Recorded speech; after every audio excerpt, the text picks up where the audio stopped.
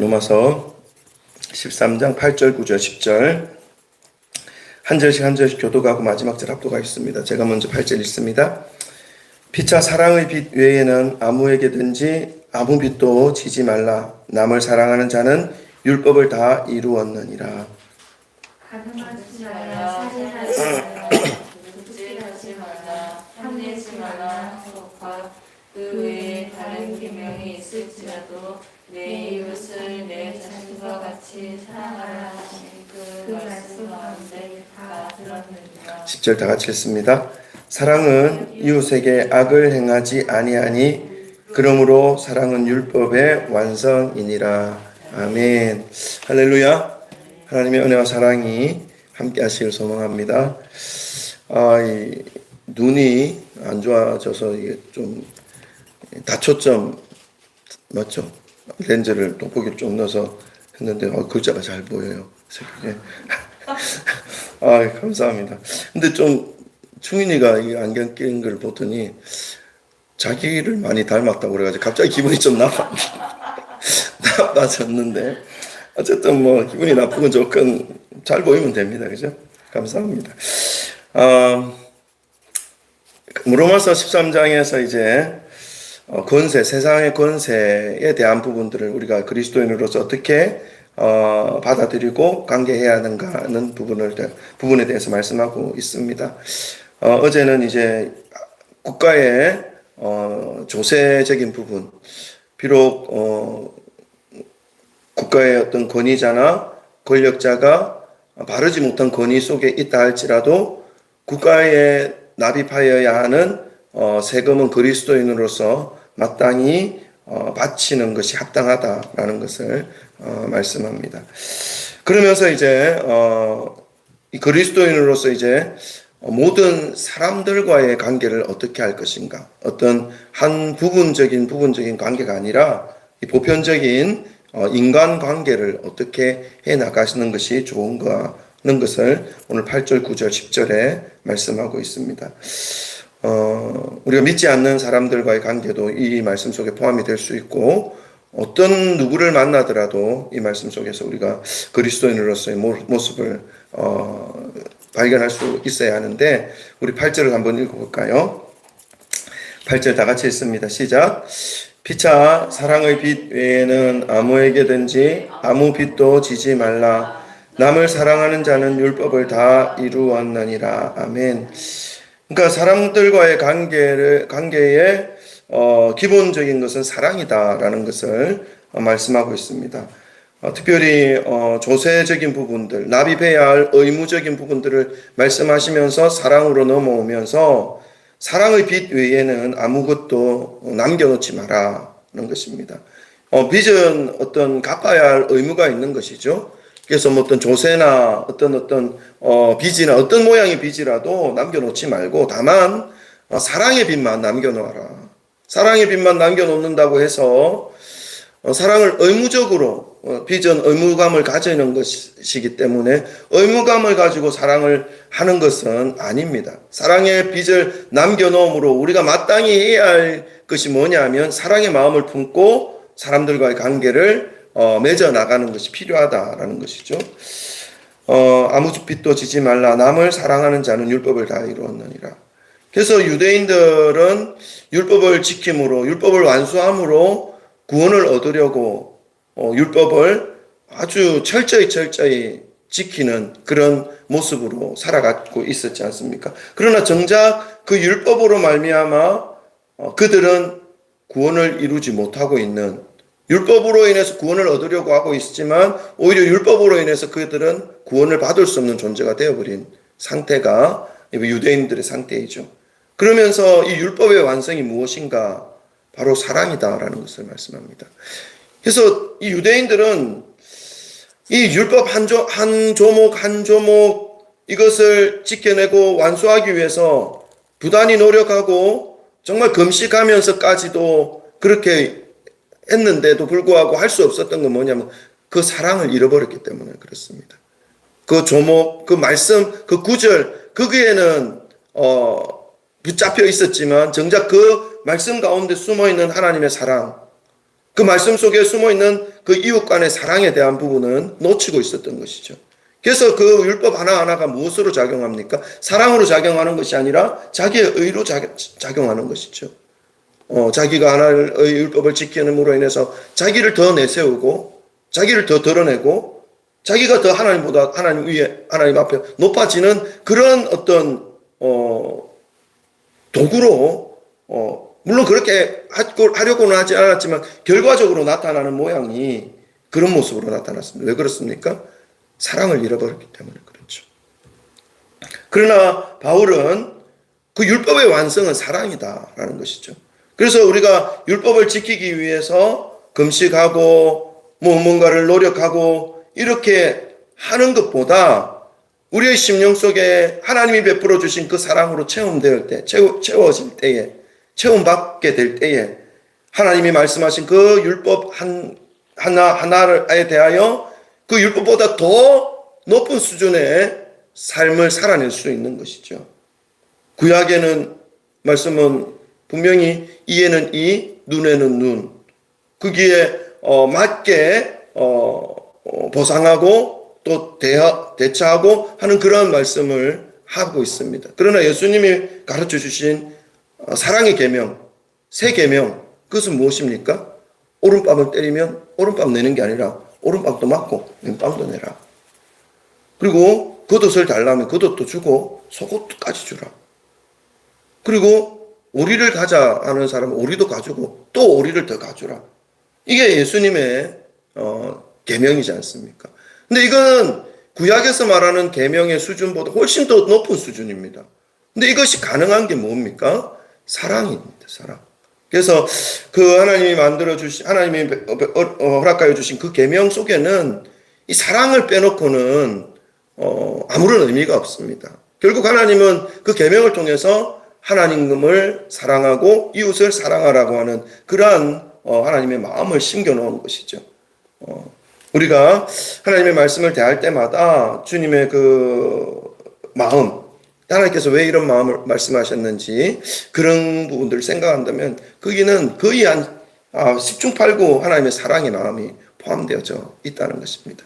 비록 인간들에게 어떤 어려움을 줄 수 있고 이스라엘 백성들이 죄를 지었을 때 하나님 품을 멀어져 갔을 때에 다른 어떤 이방 민족을 통해서 심판하는 그런 하나님의 모습이 있었다 할지라도 그것은 하나님의 심판의 모습으로만 바라보는 것이 아니라 그 뒤면에 감추어져 있는 하나님의 마음, 하나님의 목적, 하나님의 의도는 이스라엘 백성들을 뜨겁게 사랑하는 것입니다.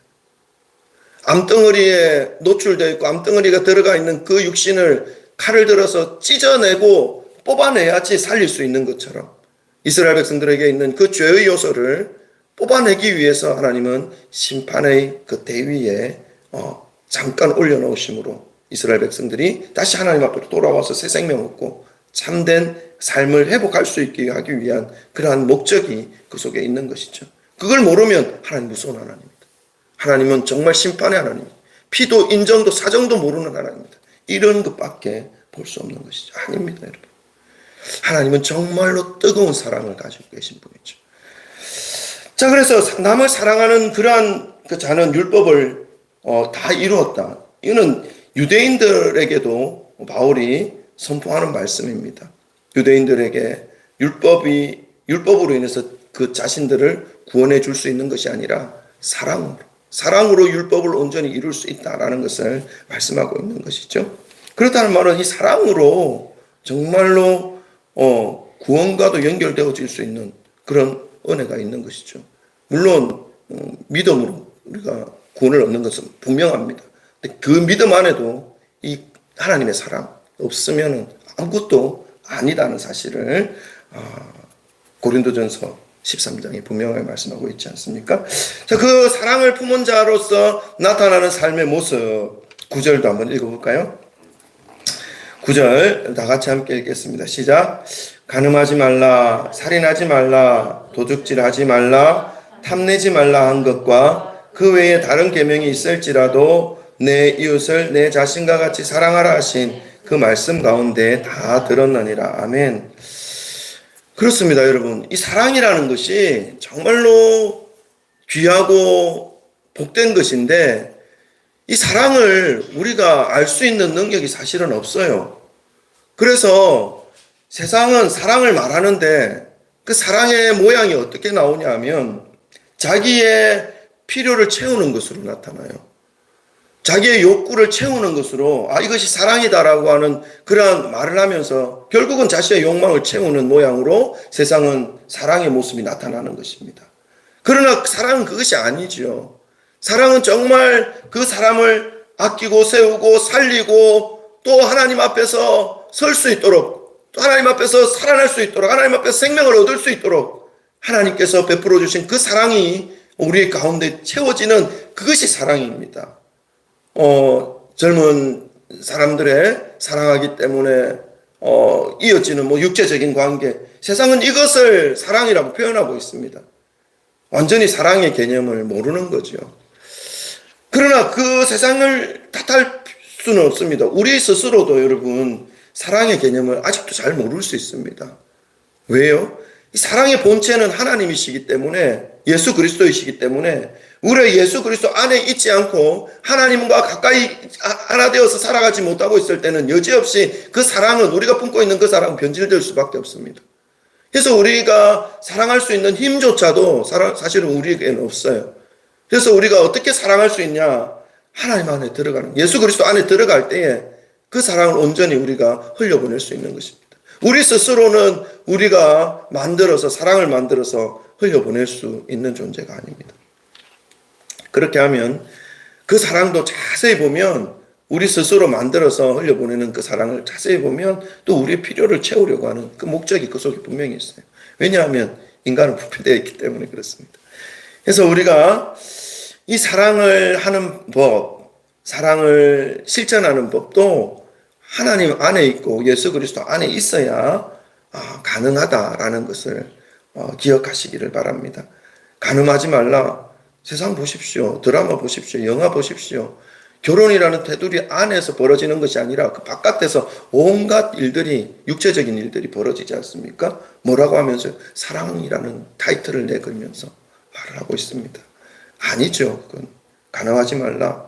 이 가늠이라는 것은 결혼이라는 하나님의 만들어주신 그 제도권 안에서 이루어지는 한 몸 되는 그러한 것 외에는 가늠입니다. 예. 자, 그래서 가늠하지 말라, 살인하지 말라, 도둑질하지 말라, 내 이웃의 것을 탐내지 말라. 뿐만 아니라 한 계명이 더 빠져 있죠. 뭡니까? 내 이웃을 위하여 거짓 증거하지 말라. 이것도 하나님의 사랑 위에 온전히 선 자는 이렇게 할 수가 없는 것이죠. 이 율법들이 이웃 사랑에 대한 실천적인 율법들이기 때문에 사랑이 있다면 이런 것들은 훨씬 더 뛰어나게 뛰어넘을 수 있는 높은 수준의 율법까지 이루어낼 수 있는 그러한 마음이, 원동력이 바로 사랑이다라는 것입니다. 그래서 이웃 간의 관계 속에서 반드시 필요한 것은 사랑이다라는 것입니다. 그래서 사람과의 관계를 통해서 사람을 이용하는 것이 아니라 사람을 사랑하는 것이 바로 우리가 그리스도인들이 마땅히 해야 할 삶의 모습이라는 것을 말씀하고 있습니다. 네. 그 외에 이런 가늠하지 말라, 살인하지 말라, 도둑질하지 말라, 탐내지 말라 하는 이런 계명 외에 또 다른 계명이 있다 할지라도 내 이웃을 내 자신과 같이 사랑하라 하신 그 말씀을 품고 있고 그 말씀을 그 사랑으로 실천할 수 있다면 그것이 아무런 어려움 없이 실천할 수 있는 율법이 된다라는 것을 말씀하고 있죠. 자, 10절 읽고 기도하는 시간 가지겠습니다. 10절입니다. 다 같이 읽습니다. 시작. 사랑은 이웃에게 악을 행하지 아니하니 그러므로 사랑은 율법의 완성이니라. 아멘. 하나님이 율법을 주신 것은 주님의 백성으로서 이제 노예가 아니라, 죄의 노예가 아니라 하나님의 백성으로서 살아가야 할 마땅한 삶의 지표입니다. 방향성입니다. 근데 그 방향성은 율법으로 나타나 있습니다. 그러나 그 율법 안에 감추어져 있는 것은 하나님의 뜨거운 사랑입니다. 사랑으로 살아내야 한다는 것이죠.